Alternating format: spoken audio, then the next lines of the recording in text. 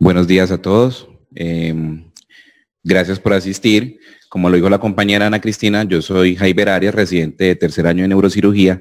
Vamos a hablar un poco de hidrocefalia de presión normal, hacer un enfoque práctico con el objetivo de que salgamos con los conocimientos necesarios e importantes referente a la enfermedad. Y vamos a tratar de entender por qué escogimos este tema para este tipo de cursos de emergencias neuroquirúrgicas. Entonces, en ocasiones pueden llegar pacientes, dado que hoy en día la disponibilidad de estudios de neuroimágenes es bastante alta, que se hacen imágenes por su cuenta porque los familiares preocupados ven que su papá, abuelo, presenta algún síntoma y alguien por ahí le dice, eso puede ser de la cabeza, hágale una tomografía, que eso lo hacen en todo lado. Entonces, no estamos exentos de que en algún momento en nuestro servicio nos llegue alguien con una imagen, con una lectura de un radiólogo, por acá teníamos radiólogos hace poco, por ahí vi algunos, que dice hidrocefalia aguda con ese hallazgo, ¿cierto? Estamos claros, me atrevo a decir, de que efectivamente hay un hallazgo anormal aquí, y si es real, llegan con una lectura de radiología que dice hidrocefalia aguda. Por allá nos acordamos en algún momento que la hidrocefalia aguda es una situación grave, crítica, que el paciente se puede morir, entonces con eso nos estresamos. Pero si indagamos un poco más y examinamos al paciente, vemos al paciente tranquilo, ¿cierto? Listo.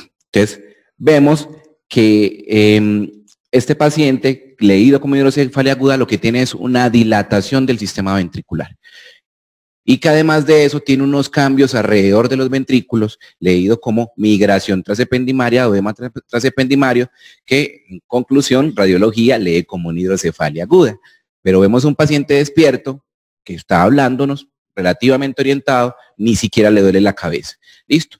Esta es la imagen de un paciente de 75 años que llegó a un servicio de urgencias con lo que les indiqué, pero que en realidad lo único que presentaba era cambios del comportamiento. Los familiares empezaron a notar que estaba caminando rarito y que recientemente ya no era capaz de controlar los esfínteres. Listo.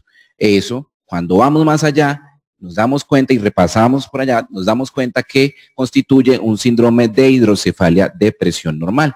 Entonces, el primer lema de esta charla es: la hidrocefalia radiológica no es lo mismo que una hidrocefalia aguda.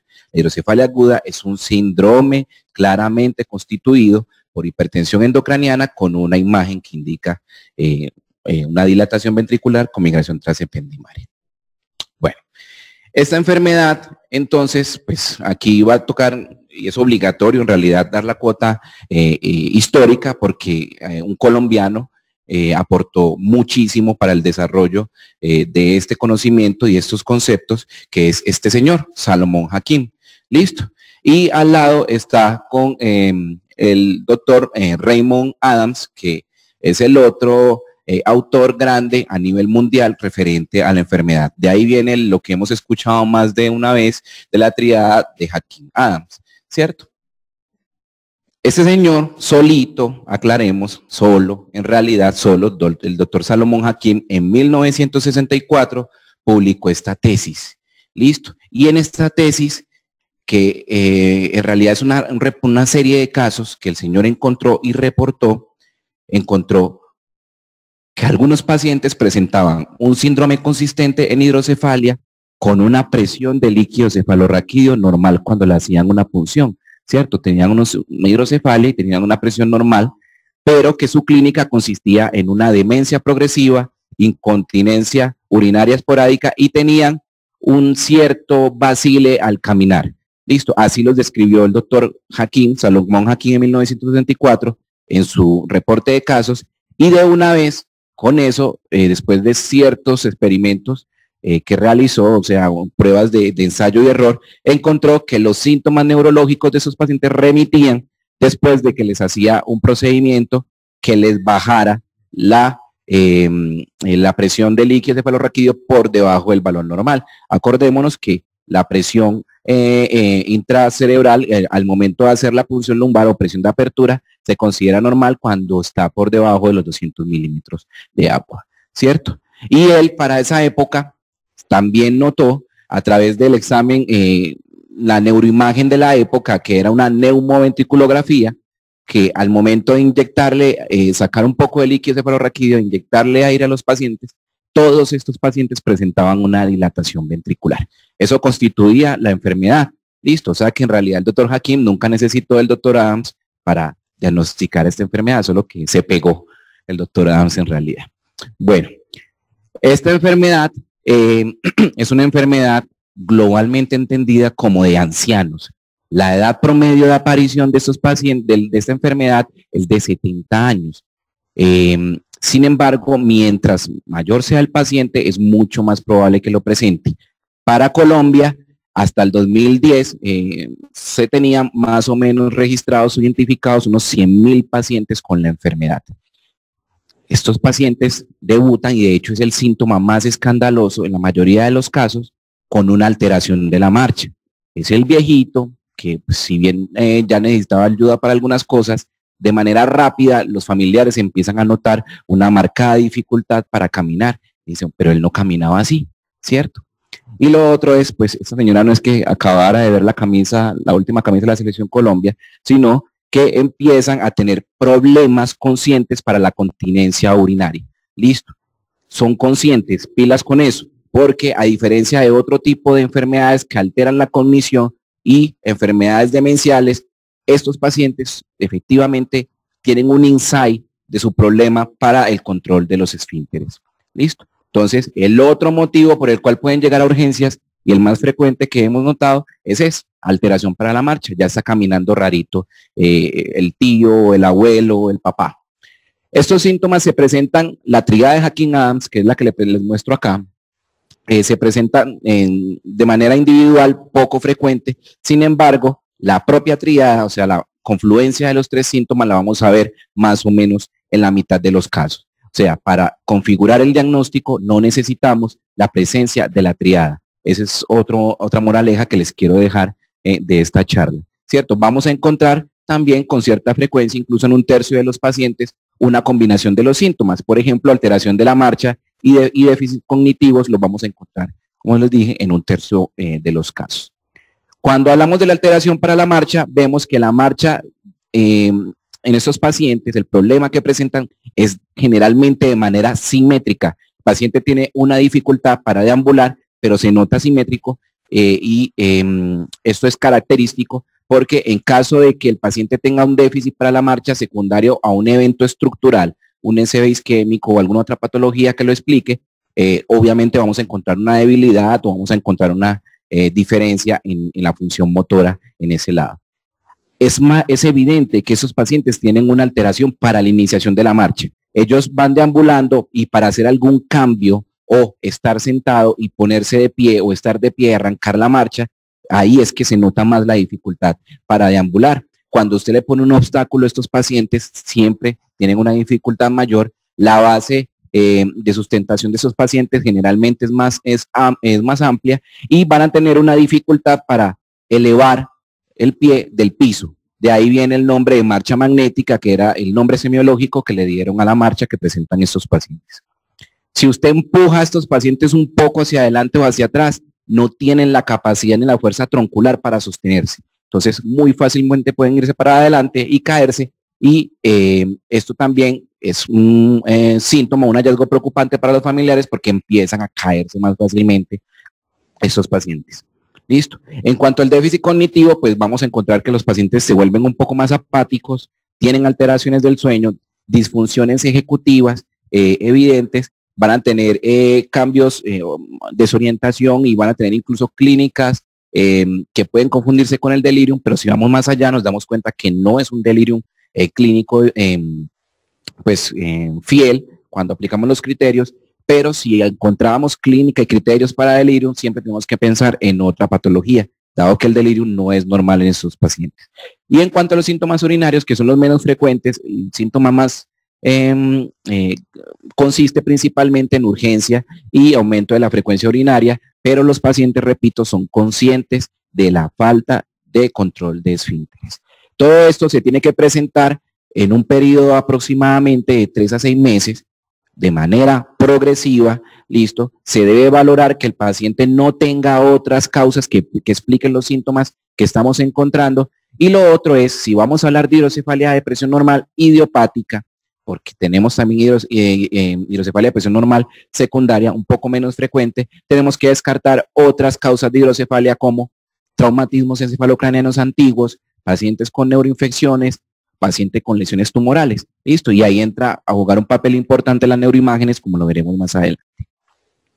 Esta es la marcha de un paciente con hidrocefalia de presión normal que estaba siendo sometido a un test para hacerle el diagnóstico. Este test, que consiste en, se llama el test de levántate y ve, se utiliza poniéndole una marca al paciente más o menos a unos 6 metros y se le pide que se levante, dé la vuelta al obstáculo y se devuelva.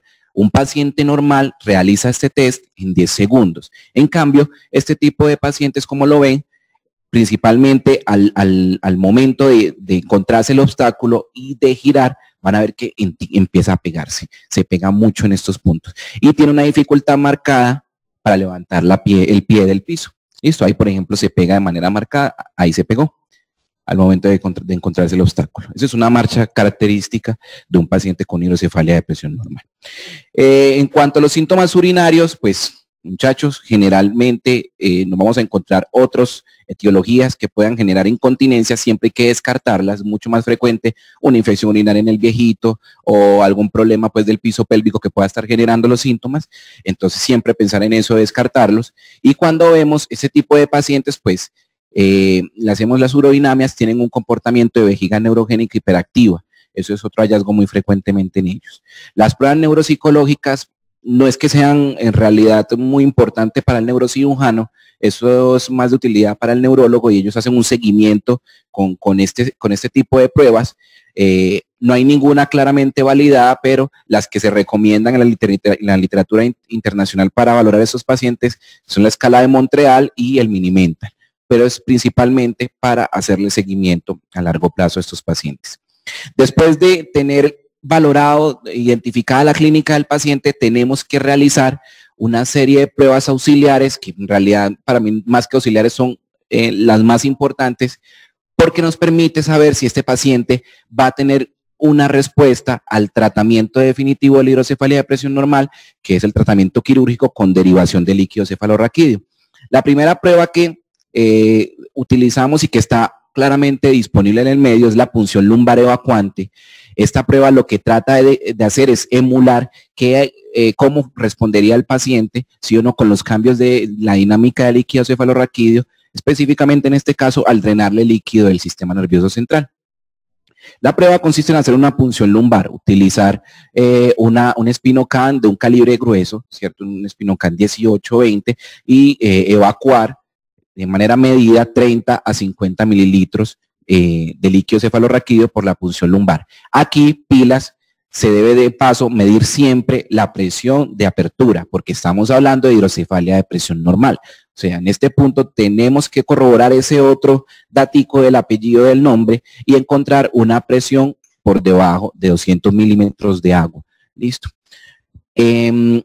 Una vez evacuemos el líquido cefalorraquídeo, hay que siempre valorar el estado clínico del paciente antes de la punción lumbar y lo que se valora en estos pacientes antes es la marcha, porque la marcha es el síntoma, pilas aquí, que más responde a la terapia con derivación ventrículo peritoneal o ventrículo atrial. Entonces, este síntoma siempre se va a valorar antes del procedimiento de evacuación por punción lumbar y después de la punción lumbar se puede valorar de 30 minutos a las 4 horas. Listo, entonces usted cogió al paciente, lo puso a caminar, le hizo una prueba como la que vimos en el video, ¿cierto? La de levántate y ve, lo graba, mide cuánto se demoró en hacer eso, hace la punción lumbar, evacúa lo que debe evacuar a las 2 horas y mira cuánto se demora otra vez en este procedimiento. Si el paciente presenta una respuesta positiva, o sea, hay una mejoría de ese síntoma, se considera que el paciente responde o tiene el potencial de responder a la terapia de derivación y ahí se recomienda la cirugía de manera pues clara. Si la prueba no es, no es positiva en este caso o es dudosa, pues se recomiendan otro tipo de estudios que vamos a mencionar al respecto. Existe la creencia de que después de realizar una punción lumbar, si el paciente lo ponemos a deambular o lo sentamos, le vamos a generar cefalea y náuseas. Se ha demostrado que en este tipo de pacientes no existe ese tipo de problemas y esos pacientes a las 2 horas sin ningún inconveniente usted los puede valorar a ver si hay una respuesta adecuada a la punción lumbar. El otro estudio que recomienda como prueba auxiliar es poner un dren lumbar externo. Esta es una prueba que se demora un poco más. Uno pone este sistema también a través de una punción lumbar y un catéter que va intratecal y se va a quedar el paciente hasta 3 días con este sistema puesto. Lo vamos a graduar para que drene más o menos a una frecuencia de 10 cc por hora, listo, y el paciente, como en la prueba anterior, se valora previo, a diario y después de retirado del sistema. Vamos a valorar lo mismo, la respuesta específicamente con la marcha. Esta prueba tiene una sensibilidad mayor y una especificidad aún mayor en comparación con las pruebas de evacuación y es en realidad para el servicio y para la escuela de nosotros la prueba indicada, la ideal en estos casos. Vean un paciente con un dren lumbar que responde, es la misma paciente que vimos hace rato. Listo, mejoró de manera ostentosa, o sea que ese paciente es un paciente que se beneficia claramente de una derivación ventriculoperitoneal.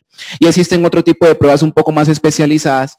Estas son principalmente utilizadas en las escuelas europeas, que es la monitoría de PIC y los sistemas de pruebas dinámicas de líquido cefalorraquídeo, que son pruebas que se consideran como las últimas después de haber realizado las otras y que tengamos aún dudas de que el paciente tenga una hidrocefalia de presión normal, solo que no responde de manera adecuada al drenaje de líquido cefalorraquídeo.